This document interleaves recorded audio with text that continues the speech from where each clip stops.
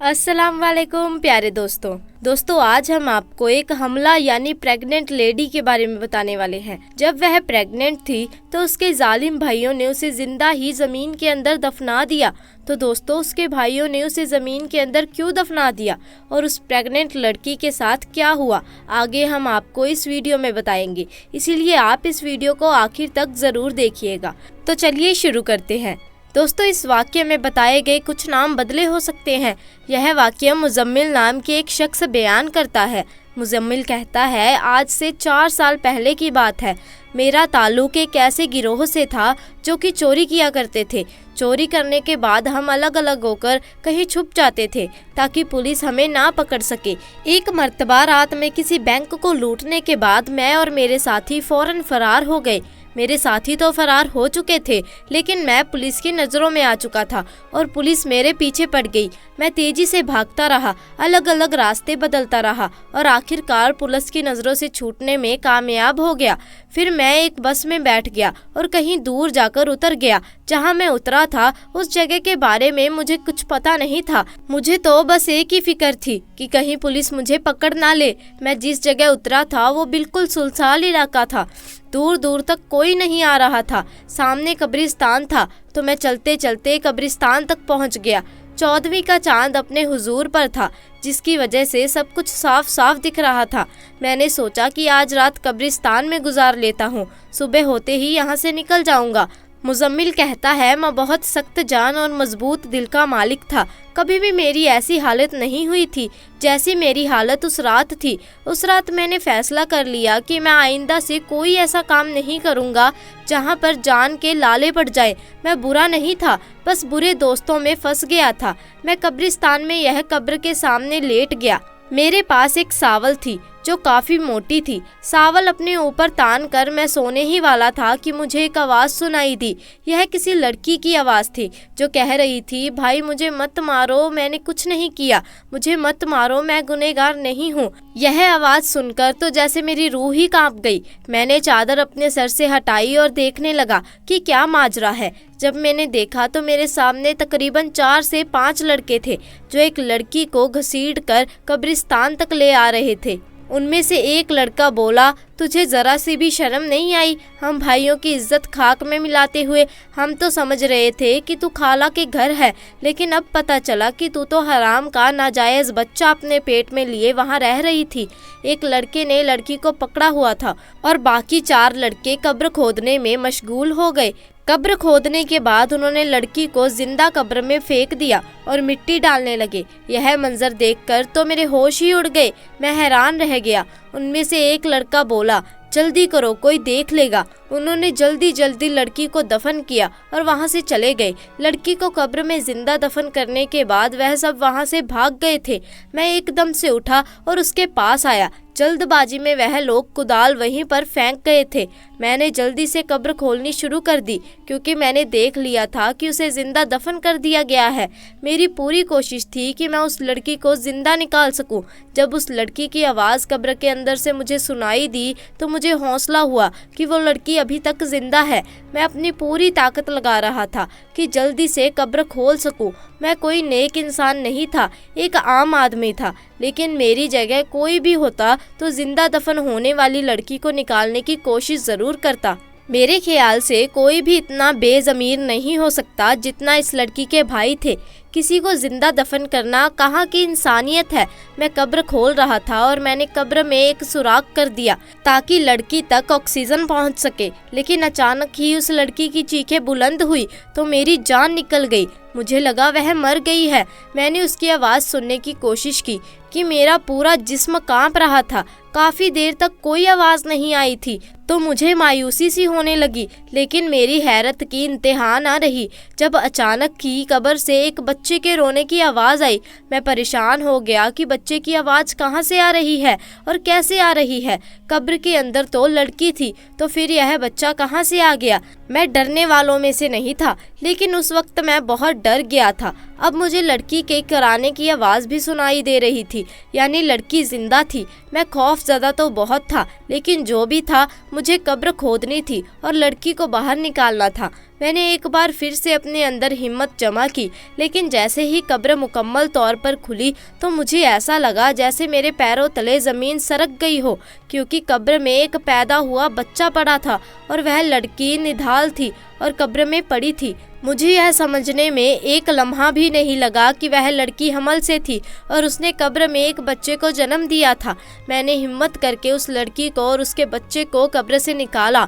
मेरी जो सावल थी उससे मैंने उस लड़की का जिस्म ढक दिया। लड़की की हालत गैर थी और वह तकलीफ में थी और वह बच्चा मुसलसल रोए जा रहा था। मेरी समझ में कुछ नहीं आ रहा था कि मैं क्या करूं कि अचानक हाईवे पर मुझे एक वैन आती हुई दिखाई दी। मैं उस बच्चे और माँ को छोड़कर जल्दी से हाईवे की तरफ दौड़ा। मैंने वैन को रोकने का इशारा किया, पता नहीं कैसे, लेकिन इतनी रात में वह लोग रुक गए, लेकिन वह डरे हुए थे। मैंने उनसे कहा मेरी बीवी और मैं कब्रिस्तान से गुजर रहे थे कि अचानक कब्रिस्तान में ही मेरी बीवी को दर्द शुरू हो गया और उसकी डिलीवरी हो गई। मैंने उनसे मदद करने के लिए कहा। वे तस्दीक करने के लिए मेरे साथ आए तो उस लड़की और बच्चे को देखकर सारा मामला समझ गए और उन्हें मेरी बात पर यकीन हो गया। उनमें से एक शख्स ने कहा इन तीनों को मदद की ज़रूरत है। वैन वालों ने हमारी मदद की और उस लड़की और उस बच्चे को अस्पताल ले गए। बैंक में मैंने जो पैसे चोरी की थी उसका हिस्सा अपने साथियों से मांगा तो उन्होंने मेरा हिस्सा मुझे दे दिया। मैं लड़की को उस जगह ले गया जहां मैं खुफिया तौर पर रहा करता था।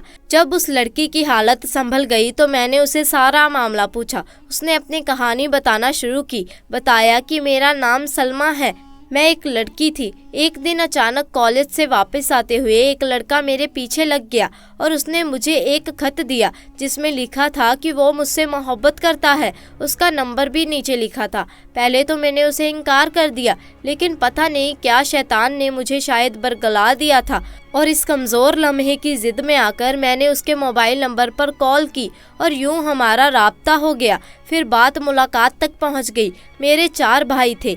जब वह काम से बाहर जाते तो मैं उसे घर बुला लिया करती थी। घर पर कोई नहीं होता था। शैतान के बहकावे में आकर हमने वो गुनाह भी कर दिए जो हमें नहीं करने चाहिए थे और जिसकी सज़ा अब मैं भुगत रही हूँ। जब उस लड़के का नाजायज़ मेरे पेट में पलने लगा तो मैंने इस बात का जिक्र अपनी खाला से किया। मेरी खाला ने मुझे बहुत बातें सुनाई, लेकिन उन्हें अपनी इज्जत बचानी थी, इसीलिए वह मुझे डॉक्टर के पास ले गई। लेकिन पानी सर से ऊपर गुजर चुका था। डॉक्टर ने कहा अब माल ज़ाया नहीं हो सकता, वरना लड़की की मौत हो जाएगी। मैंने उस लड़के से रफ्ता किया और कहा कि अपना रिश्ता मेरे घर भेज दो।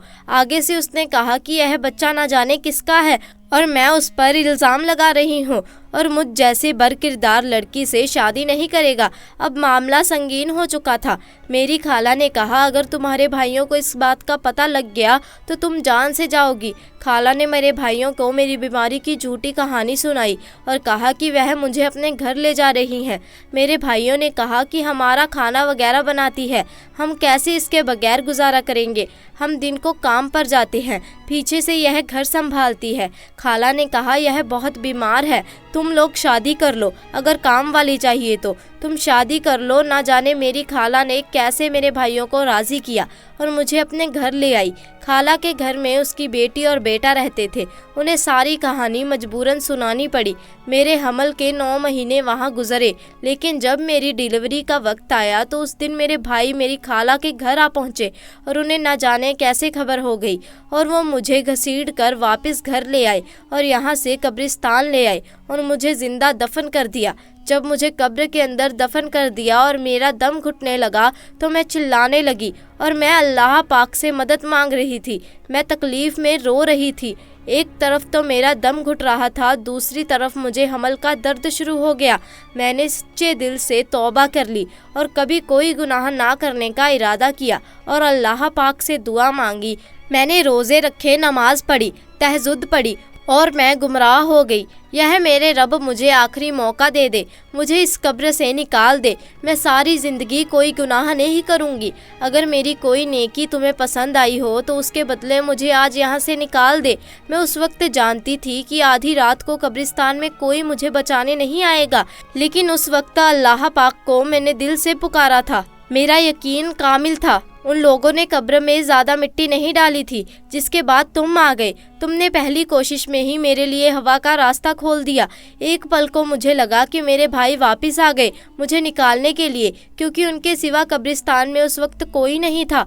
लेकिन फिर मेरा दिमाग काम करना छोड़ दिया, क्योंकि बच्चे की पैदाइश का वक्त आ गया था। कितनी अजीब बात है। मैंने यह सोचकर हैरान हूँ कि मेरा बच्चा कैसा बच्चा है जिसने अपनी पहली सांसें कब्र के अंदर ले ली। लोग दुनिया में आते हैं और अपनी आखिरी सांसों को पूरा करने के बाद कब्र में जाते हैं, लेकिन इस बच्चे की ज़िंदगी की शुरुआत अनोखी थी, जिसने ज़िंदगी की पहली सांसें कब्र के अंदर ली। मैंने अल्लाह पाक से वादा किया कि मैं कोई गुनाह नहीं करूँगी और अपने तमाम गुनाहों की माफ़ी मांगती हूँ। हम अपने रब को भुला देते हैं, गुनाहों में लग जाते हैं, लेकिन वह हमें नहीं भूलता।